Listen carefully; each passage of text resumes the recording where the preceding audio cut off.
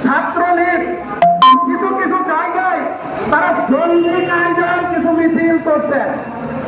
100 metre দৌড়ের মতো তারা রাস্তায় দৌড়ে কিছু ফটো শুট করে তারা মিছিল করে তারা জানান দিতে চাচ্ছেন তারা বাংলাদেশের রাজনীতিতে কামব্যাক করতে চাচ্ছেন।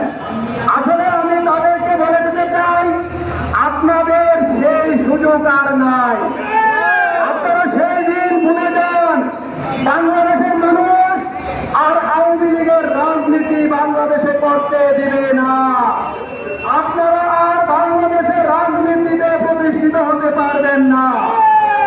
প্রিয় দেশবাসী, আপনারা জানেন বিগত 17 বছর আওয়ামী লীগ তাদের সকল ধরনের অপকর্ম করে তাদের অপকর্মের কারণে জুলাই আগস্টের ছাত্র জনতার গণ আন্দোলনে দেশ ছেড়ে পালিয়েছেন। কিন্তু দেশ ছেড়ে পালিয়ে যারা ক্ষান্ত থাকেননি, তারা আমাদের পাশের রাষ্ট্র ইন্ডিয়াতে বসে বাংলাদেশের রাজনৈতিক বাংলাদেশের সীমান্ত অস্থির করার জন্য পায়তারা করে যাচ্ছেন। তারা শুভেন্দু অধিকারীর মাধ্যমে আমাদের সীমান্ত অস্থির করে উস্কানি দিয়ে তারা কিছু সাধারণ মানুষকে পোষণ করে বাংলাদেশে দিতে চাচ্ছে। আমি শুভেন্দু অধিকারীকে বলে দিতে চাই, শুভেন্দু অধিকারী আপনার জেনে রাখেন, বাঙালির ইতিহাস পড়ে দেখবেন, বাঙালি কোন সময় মাথা নত করে চলে না। আপনি যদি মনে করেন বাংলাদেশের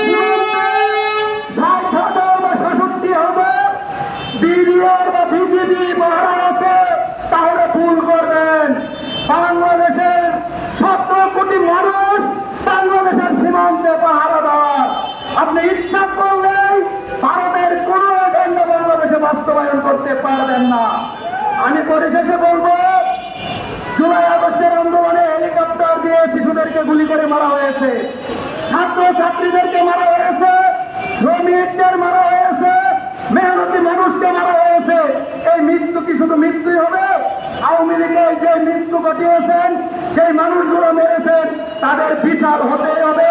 আমি এই ফ্যাসিস্ট আওয়ামী লীগের বিচার এই বাংলাদেশে খুব দ্রুত দেখতে পাবো, সেই আশা রেখেই আজকের এই বক্তব্য শেষ করছি। ধন্যবাদ। ধন্যবাদ যুব অধিকার পরিষদকে এইরকম একটি সময় উপযোগী প্রোগ্রাম দেওয়ার জন্য। ধন্যবাদ আব্দুল রহিম ভাইকে।